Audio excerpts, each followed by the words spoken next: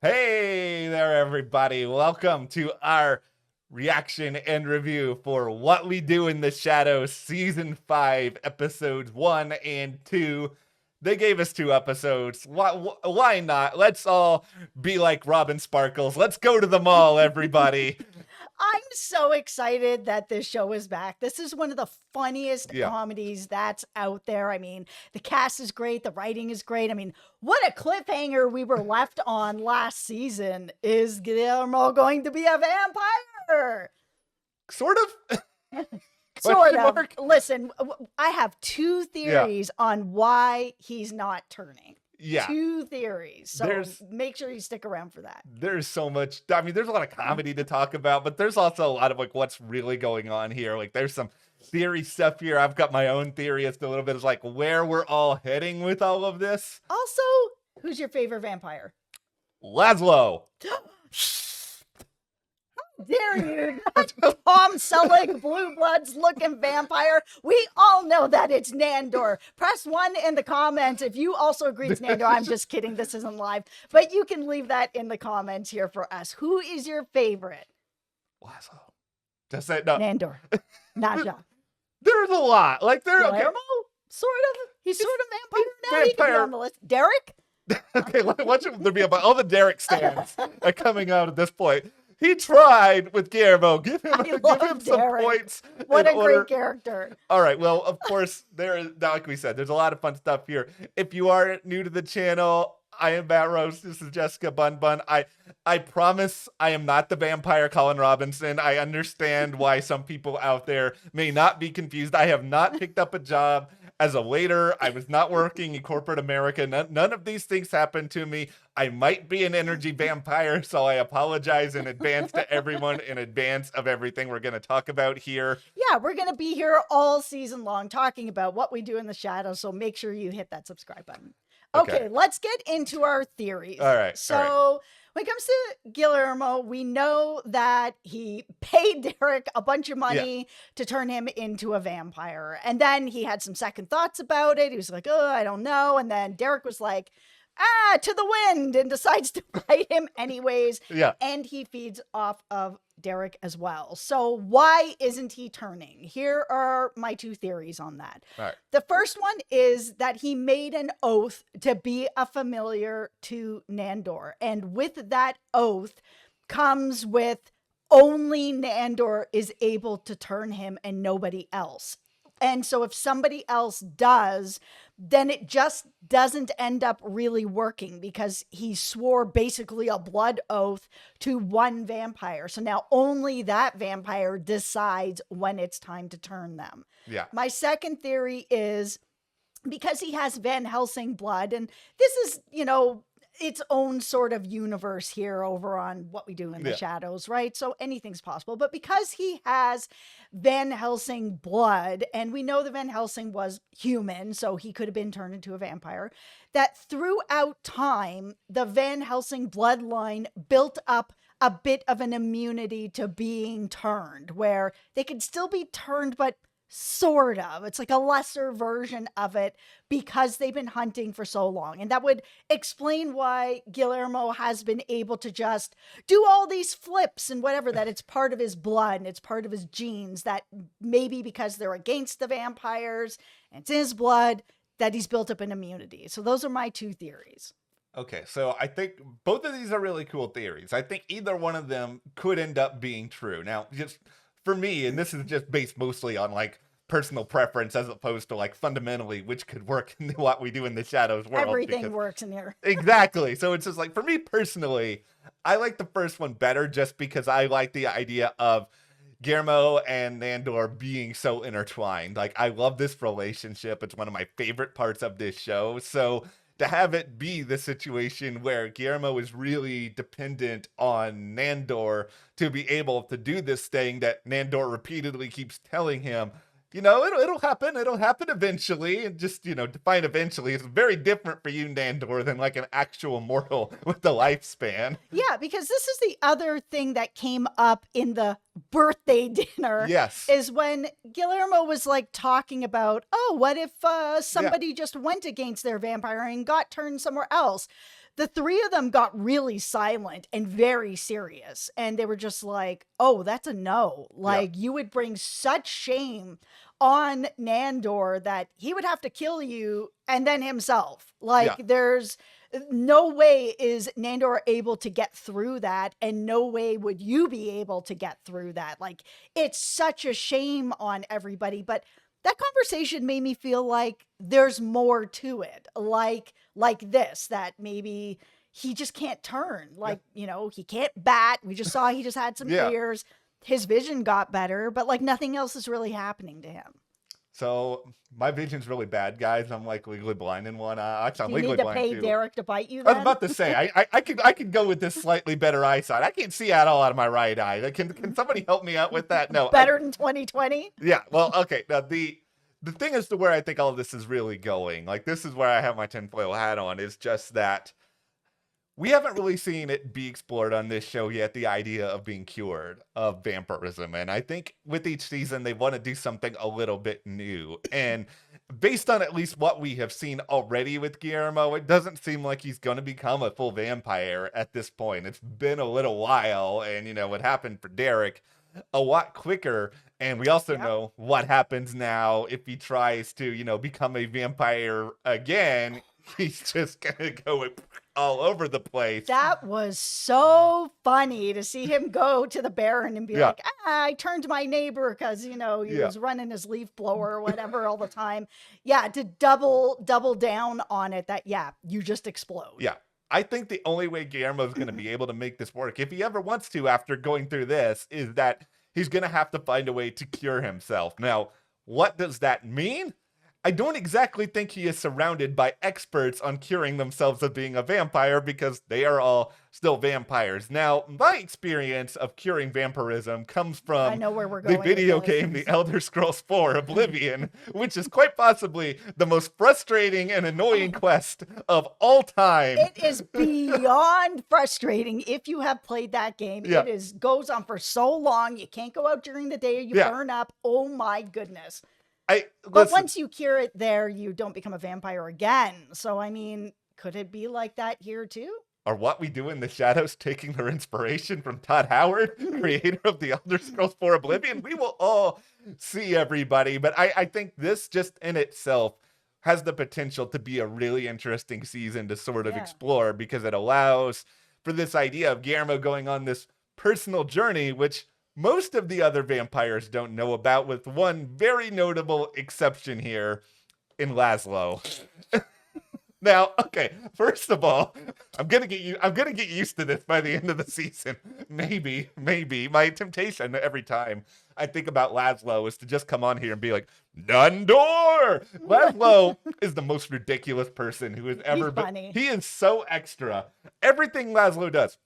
I am going to go to the bathroom now. I am going to have everybody over for dinner. And everything with him is a grandest exercise. Who wants to be on a reality show? No, I love Laszlo so much, but the thing is, I have zero faith in Laszlo's ability to keep a secret. I have zero faith in... No, he's going to tell Nadja. I mean, he has to. That's his wife. Yeah, he's going to tell Nadja at some point. Nadja's probably going to tell somebody else. Like, this is all going to become just like this horrible domino effect at this point for Guillermo, where nothing is going to end up staying a secret here forever. And he has to brace himself for that. And I think at this point, he kind of felt like he had to tell somebody, because like his paranoia was already going completely out of control. Like, he thought that Laszlo was already figuring it out, so he was going to cave eventually.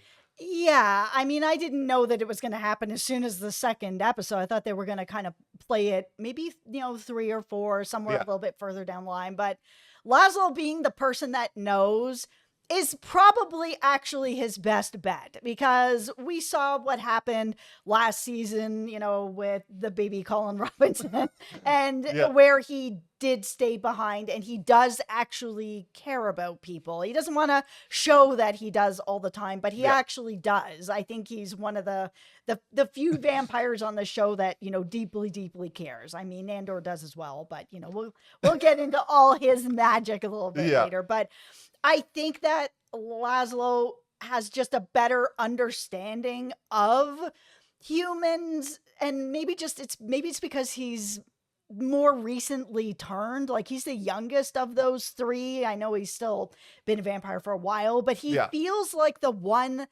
that's still the most in touch with people. I think he has a little, it's funny to say because I think he is such a ridiculous human, but I think, well, human slash vampire at this point, but I think at the end of the day, Laszlo has a grounded element to him where I think he is capable of some things that I think that Nandor, quite frankly, is not. We saw Nandor last season try to basically convince himself that he has a wife that just automatically agrees with everything and ends up turning his wife into another person. Like, he is so out in his own little world a lot of the time that Laszlo is oddly just much more of a grounded influence here, potentially. And I think, if nothing else, Laszlo, if we're going in this, he needs to be cured in order to find a way to have a future direction. Laszlo may actually know somebody who might have some information that could help him. I would have more faith in that than I would Nandor. As long as it's not the witches. Yes, okay, yeah, as long as it's not the witches. But Laszlo, I believe in you. I have already said you are my favorite character on this show. I think you will find a way to help Guillermo. Everybody, I don't know if I say everybody will be happy, but everybody will have a chance. I'm really conflicted on whether or not he needs to get cured and Nandor needs to never hear about it. Yeah. Or what it's going to look like if Nandor finds out that Guillermo went to these lengths to actually become a vampire, that he took too long to get there for him, that, you know, it's been like, what, 12 years now, that it's too long. He's stretching it out too long, that Guillermo felt that he had to do something like that, you know, is it going to bring him that kind of shame? Is it going to break the two of them up? Or is it better because Nandor, he really is this sort of endearing character that's kind of like, he reminds me of the characters from Third Rock from the Sun, where it's kind of like they're just plopped down into this experience where even though he's been on the earth for hundreds of years and should know what a mall is, he just doesn't really get it. And he doesn't really know. Everything is a brand new experience. Yeah. The idea of seeing him after all these seasons going through such self-reflection and sort of self-journey. I mean, he's even reading I'm Okay, You're Okay. We've seen him at, you know, yoga studios. We've seen him really go on these journeys to feel better about himself. I don't think he can take this. This is why for me, my feeling is that eventually Nandor is going to find out, but I think he's going to find out after Guillermo is cured. And then Guillermo is going to be like, listen, I did this, but it's okay. I'm cured now. Not everything can be as it once was. And he's going to try to convince Nandor of this. That's like being like, listen, I cheated at one point, but it's over now. Everything's okay. And have Nandor be like, cool, all right, let's move on. It's still going to go very badly. Like, I don't think it's going to go over well. Now, it's possible, tinfoil hat, that this could be the sort of self-discovery journey type thing that needs to happen to Nandor to really be able to grow as a character. And it's possible that he will on the other side of all of it, but in the middle of it, once he finds out, because I think he has to find out. This in the world of TV, secrets always come out. Mm-hmm. I think that's where it's going to be very messy and probably even sad at times. And this isn't a show that's often very sad, but I could see it getting to some pretty dark places. Yeah, I mean, and I'm wondering what's going to be going on with Nadja this season as well, with speaking of dark places, now that her, club is basically gone, her office burned up, all her money burned up. She was, drinking all this wine blood and booze blood. And they're kind of dipping into this addiction storyline with her.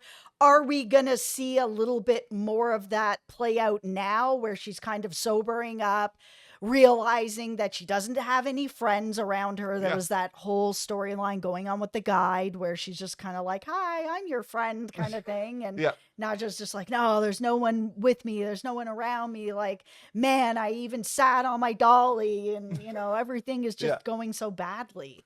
I don't want to see I know it's a comedy, so I don't want them to get too dark into her going through sobriety. I could see them going in more of a, we're gonna build up this friendship with Nadja and the guide. Like I think we're gonna see more I Kristen hope Shaw this so. I season. like the guide. I think it's gonna be a fun way to sort of get those two out in the vampire world a little bit more. There haven't been a lot of, female characters in large roles on this show. I mean, it's really been Nadja for a lot of it until the guide came in. So I think there's an opportunity to do some things here that can give Nadja a little bit of healing, but also just like give us a lot of laughs because, the guide is completely on another planet in her own sort of She way. absolutely is. And Nadja is one of the funniest characters on this show, hands down, easy. So funny. Like okay, let's just big picture. If we're just talking about comedy, I love the mall episode. I think this is in my maybe my top 5 because like the other episodes I really love. I love the email episode. I love Atlantic City so much. I love the home renovation last season. Like,